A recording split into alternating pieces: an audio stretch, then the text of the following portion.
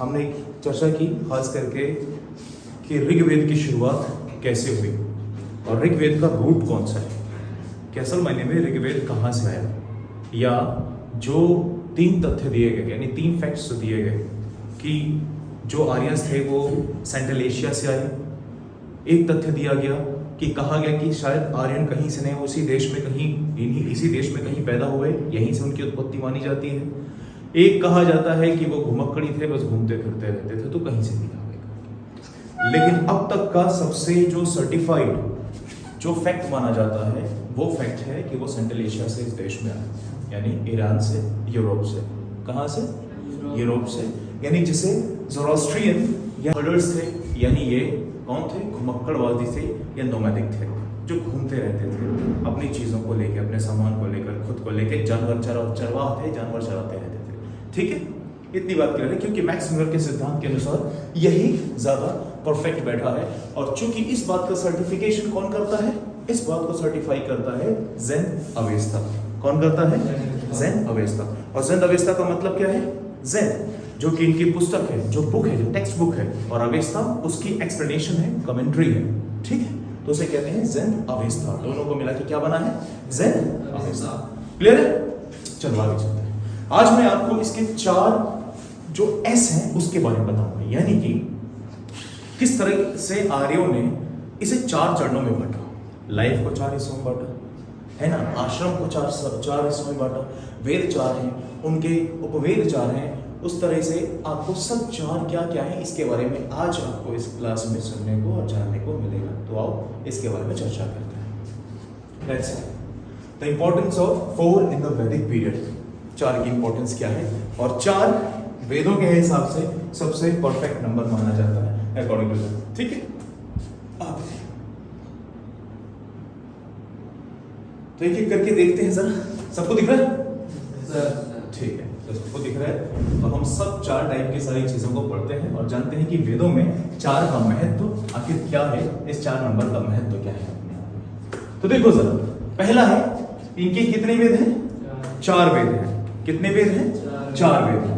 ऋग्वेद है ना, जिसमें मंत्र है, सामवेद जिसमें सॉन्ग्स हैं, यजुर्वेद जिसमें राइचुअल फॉर्मूला है, यानी रीति रिवाजों को निभाने की, यज्ञ हवन करने की, परंपराओं की बातें कही गई हैं, यानी उनको बताया गया और उसके बेस को बताया गया कि आप यज्ञ हवन किस तरीके से कैसे अपनी व्यवस्थाओं को करोगे। और यहीं पे हमें क्या जानने को मिला? अश्वमेध यज्ञ है ना। अथर्ववेद में क्या मिलता है? जादू टोना है ना, हीलिंग प्रॉपर्टी, और जो डेली लाइफ की चीजें हैं उन चीजों के बारे में बताता है। और साथ में एक और चीज है जो बताता है, वो क्या है? मेडिसिन। क्या बताता है? मेडिसिन, यानी आयुर्वेद।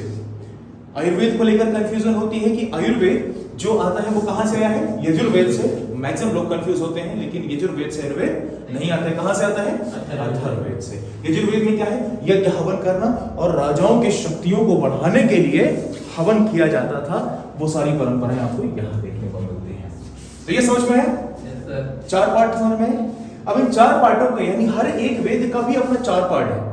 हर एक वेद का एक्सप्लेनेशन उनके भी 4 हिस्सों में है, जिसे संहिता, जिसे संहिता, आरण्यक और उपनिषद या ब्राह्मण के नाम से जाना जाता है। किसके नाम से? संहिता, ब्राह्मण, आरण्यक और उपनिषद। ठीक है, जिसमें मैंने बताया था संहिता क्या है? ऋग्वेद के मंत्रों का संकलन। क्या है?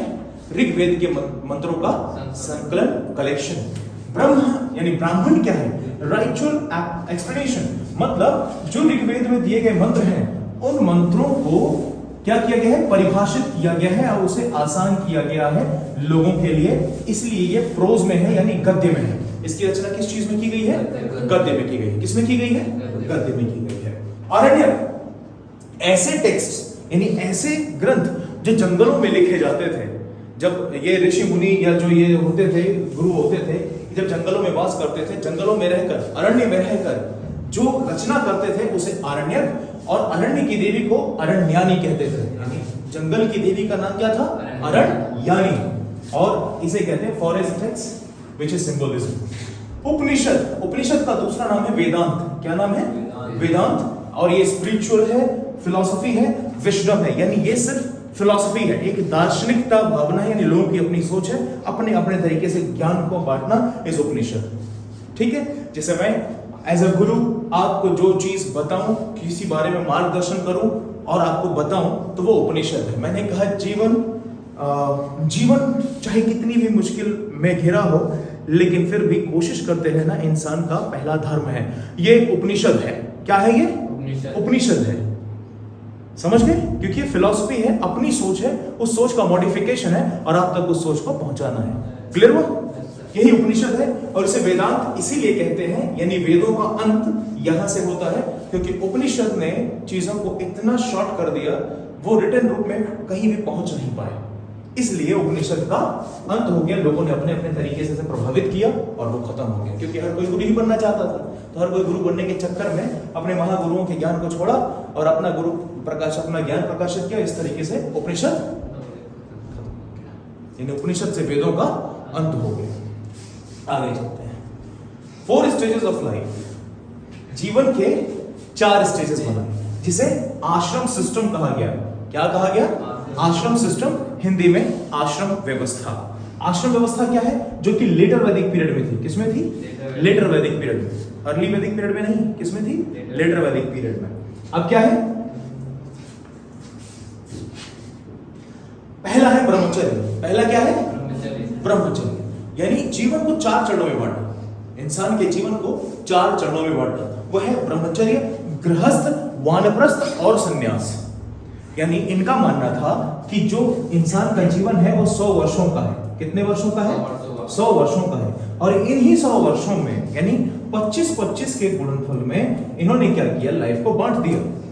पहला ब्रह्मचर्य का, जिसमें क्या होता था? स्टूडेंट लाइफ होती थी। ब्रह्मचर्य मतलब स्टूडेंट लाइफ होती थी, यानी जन्म से पहले, तो जब जन्म से लेकर के मैं संस्कारों की बात करूंगा, जो 16 संस्कार बताऊंगा इसके बाद बताऊंगा, लेकिन पहले आप ये समझो, जन्म से लेकर के 25 साल यानी कुछ वर्षों तक स्टूडेंट लाइफ होगी। फिर गृहस्थ आश्रम, जहां पर वो शादी विवाह करेगा, बच्चे पैदा करेगा, अपनी घर की व्यवस्थाओं को संभालेगा, जिएगा।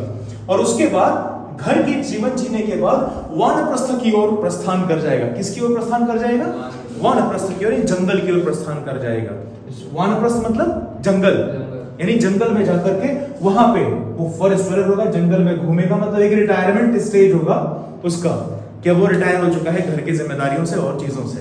आई बस संन्यास लेते हैं। क्या लेते हैं? संन्यास लेते हैं, जिसे रिनंसिएशन कहते हैं, या सीकर ऑफ मोक्ष कहा जाता है। मोक्ष की प्राप्ति के लिए वो संन्यास ले लेते हैं और जाकर जंगल में कहीं दूर एक अपना आश्रम बनाकर अकेले रहा करते हैं। क्लियर? ठीक है, तो देखो ये जो शब्द है मोक्ष, इस मोक्ष का मतलब क्या है? मोक्ष का मतलब है जीवन के सुविधाओं से मुक्त हो जाना, या मोक्ष बोले तो मोह माया से मुक्त हो जाना, शरीर से भी प्रेम ना होना, मुक्त हो जाना, यही मोक्ष है। ठीक है, आगे चलते हैं। चौथा, 4 वर्ण आश्रम थे इनके। देखो हमने पहले क्या देखा? 4 वेद देखे, है ना? और ये 4 वेद 4 हिस्सों में बटे हुए थे, ये देखे। और इंसान का जीवन 4 चरणों में बटा हुआ है, 4 आश्रम व्यवस्थाएं हैं, और वैसे ही 4 वर्ण हैं। क्या है? 4 वर्ण हैं। और 4 वर्ण कौन कौन से? जो कि सोशल क्लास है, जिसमें क्या है? ब्राह्मण, क्षत्रिय, वैश्य और शूद्र। 4 यानी जातिगत व्यवस्थाएं देखने को मिलते हैं, लेकिन किसमें? उत्तर वैदिक काल में, लेटर वैदिक पीरियड में। और क्या देखने को मिला? ब्राह्मण, है ना? पहला कौन सा था? ब्राह्मण। ब्राह्मण में प्रेस्ट होते थे और टीचर यानी पुजारी और शिक्षक या अध्यापक होते थे। क्षत्रिय जो कि वॉरियर्स या रूलर्स होते थे, यानी क्षत्रियों का काम क्या था? या तो युद्ध लड़ना या शासक होना। वैश्य कौन होते थे? या तो व्यापारी होते थे या फिर खेती बाड़ी करने वाले लोग, किसान होते थे। और शूद्र कौन थे? जो कि नौकर थे और काम करने वाले लोग होते थे, जैसे कला वगैरह करना, मजदूरी करना, ये सब चीजें करना किसका काम था? शूद्र काम था। देखो पहले क्या था? लेटर वैदिक पीरियड में आके तो ये जाति व्यवस्थाएं बन गई, लेकिन जब ये पूर्व वैदिक काल यानी कि अगली वैदिक पीरियड था, उसमें ये चारों व्यवस्थाएं वर्ण व्यवस्था पर आधारित थी, मतलब कि स्किल बेस्ड थी। पहले ये लोग जो व्यक्ति जो काम करता था उसे उसी जाति का या उसी कुल का माना जाता था। लेकिन बाद में उत्तर वैदिक काल में क्या हुआ? इन्हें जब उत्तर वैदिक काल में, तो इन्होंने इनके बच्चों को,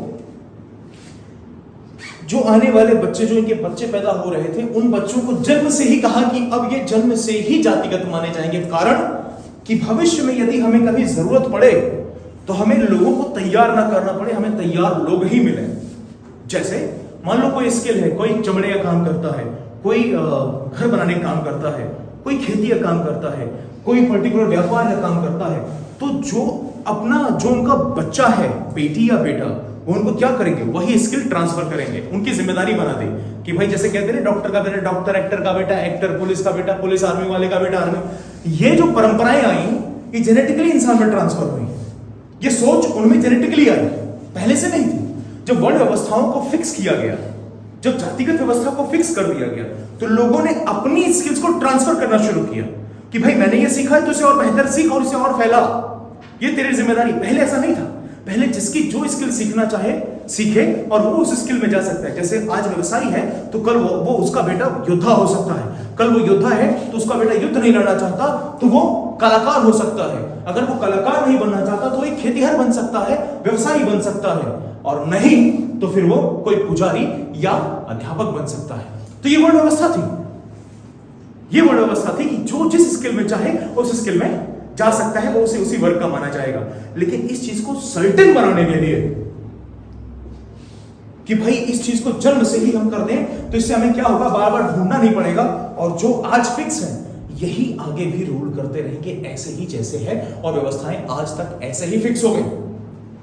तो जातिगत रूप में यहां पे हमें देखने को मिला, तो जो हमें ये चीजें देखने को मिली ये इसी तरीके से देखने को मिली। लोगों ने इसे जातिगत बना दिया बचपन से, यानी कि जन्म से, और तब ताकि जो इस वर्ग के हर वर्ग का आदमी, हर वर्ग का पुरुष या हर वर्ग का इंसान, समाज अपने होने वाले पुत्र या पुत्री को वही ट्रांसफर करे जो उसके पास है, और ताकि भविष्य में हमें ढूंढना ना पड़े या किसी और को सिखाना ना पड़े। बात समझ में क्लियर है? आगे चलते हैं। फिर गोल ऑफ लाइफ, जीवन के गोल को यानी जीवन के मोल को इन्होंने 4 पुरुषार्थ में बांटा। कितने पुरुषार्थ में? 4 पुरुषार्थ में। तो हमने देखा 4 वर्ण है और कितने 4 क्या है? पुरुषार्थ है। पुरुषार्थ कैसे है? धर्म है, अर्थ है, काम है और मोक्ष है। यानी जीवन में अगर आपसे पूछे कि 4 पुरुषार्थ कौन कौन से हैं, गोल ऑफ लाइफ क्या है, लक्ष्य, जीवन का लक्ष्य क्या है, तो जीवन का लक्ष्य है धर्म करना, यानी ड्यूटी, राइचियसनेस, यानी सही कर्म, सही सोच के साथ सही कर्म करना, अपना दायित्व निभाना। अर्थ क्या है? धन कमाना, प्रॉस्पेरिटी, नाम कमाना, परिचय देना, ये सब चीजें। और काम क्या है? डिजायर, इच्छाओं की पूर्ति करना और आनंद भोगना, इच्छाओं की पूर्ति करना और आनंद भोगना। और मोक्ष क्या है? लिबरेशन, आजादी, स्पिरिचुअल फ्रीडम, यानी कि आध्यात्मिक आजादी। क्या कह सकते हैं? आध्यात्मिक आजादी। तो इंसान का अपने जीवन में इसे 4 चरणों में बांटा है। ब्रह्मचर्य जहां पे ड्यूटी है, राइचियसनेस है, और फिर उसके बाद गृहस्थ है जिसमें वो वेल्थ कमाता है, प्रॉस्पेरिटी कमाता है, काम कमाता है। वानप्रस्थ में मोक्ष की तरफ जाता है और संन्यास में मोक्ष ले लेता है, और आध्यात्मिक आजादी पाता है जीवन से। तो 4 पुरुषार्थ हैं, धर्म, अर्थ, काम, मोक्ष। ठीक है? तो अगर आपसे पूछा जाए कि वैदिक सभ्यता के अनुसार या वैदिक कल्चर के अनुसार 4 पुरुषार्थ क्या क्या है, तो 4 पुरुषार्थों में क्या क्या आता है? धर्म, अर्थ, काम और मोक्ष। ठीक है? आगे आता है 4 डायरेक्शन आपको पता ही है, 4 दिशाएं कौन कौन सी? ईस्ट, वेस्ट, नॉर्थ, साउथ, यानी पूर्व, पश्चिम और उत्तर, दक्षिण, ये 4 दिशाएं हैं। कहा संन्यास का एक्चुअल मीनिंग क्या है? आज मैं आपको संन्यास का एक्चुअल मीनिंग समझाता हूं। देखो, संन्यास के मतलब को समझने के लिए आपको 2 चीजों को समझना पड़ेगा। पहला, एक तो जो वानप्रस्थ है, ठीक है, वानप्रस्थ को समझना पड़ेगा, और दूसरा संन्यास को समझना पड़ेगा। वानप्रस्थ का मतलब होता है कि जो माता पिता है, कौन है? माता पिता है, अब ये अपने बच्चों की जिम्मेदारी से मुक्त हो चुके हैं। इन्होंने अपना काम पूरा कर लिया, उनको पढ़ाया लिखाया, उनका शादी विवाह किया, अब उनकी आजादी हो गई है। अब वो उनके स्टेज पे अब उनका कर्म करने के लिए छोड़ते हैं और खुद कहां चले जाते हैं? जंगल में। अब ये दोनों अपनी लाइफ लीड करते हैं, लेकिन परिवारवाद से अलग, यानी अपने बच्चों, अपनी जिम्मेदारियों से आजाद होकर सिर्फ एक दूसरे के साथ। इसे कहते थे वानप्रस्थ व्यवस्था। क्या क्या कहते थे? वानप्रस्थ व्यवस्था। संन्यास का मतलब यह है कि अब ये दोनों ही सन्यासी रूप में, यानी धर्म, अर्थ, काम, मोक्ष से आजाद जीना चाहते हैं। यानी काम तक जो सिस्टम है वहां से आजाद होना चाहते हैं। अब मोक्ष तक नहीं, सीधा अपना पूरा जीवन, जो जीवन के अगले कुछ साल हैं, वो पूरी तरह से भक्ति में और सन्यास में जीना चाहते हैं। बिल्कुल एक दूसरे से अलग हो, साधु जीवन जीना। ठीक है, समझ गए? तो यह है सन्यास। ठीक है, अपने आप को एक स्पिरिचुअल पावर को समर्पित कर देना। क्लियर? तो यह है सन्यास। और कुछ क्लियर हो गया? और वैसे ही चार क्या थे? वैदिक प्रेस थे। कौन थे? जो 4 वेदों के पुजारी होते थे, यानी जो वैदिक ब्राह्मण होते थे, ऋषि होते थे, जो वेदों का उच्चारण करते थे, जो वेदों को पाठ करते थे, वो भी 4 थे। जैसे ऋग्वेद का पाठ करने वाले को क्या कहते थे? होत्र या होता। होत्र या होता। जो ऋग्वेद का पाठ करते थे उन्हें होत्र या होता कहते थे। वैसे ही सामवेद का पाठ करने वाले को उद्गात्र या उद्गात कहते थे। क्या कहते थे? उद्गात्र या उद्गात कहते थे। दूसरी तरफ जहां यजुर्वेद का जो मंत्रों का पाठ करते थे उन्हें अध्वर्यु कहते थे। क्या कहते थे? अध्वर्यु कहते थे। और वही जो अथर्ववेद के मंत्रों का पाठ करते थे उन्हें क्या कहते थे? ब्राह्मण कहते थे। क्या कहते थे? ब्राह्मण कहते थे। और आर्यों की भाषा में अथर्ववेद किसका ग्रंथ है? अनार्यों का। अनार्य कौन है? जो 3 वेदों को धारण नहीं करता। और वो 3 वेद कौन से हैं? ऋग्वेद, यजुर्वेद, सामवेद।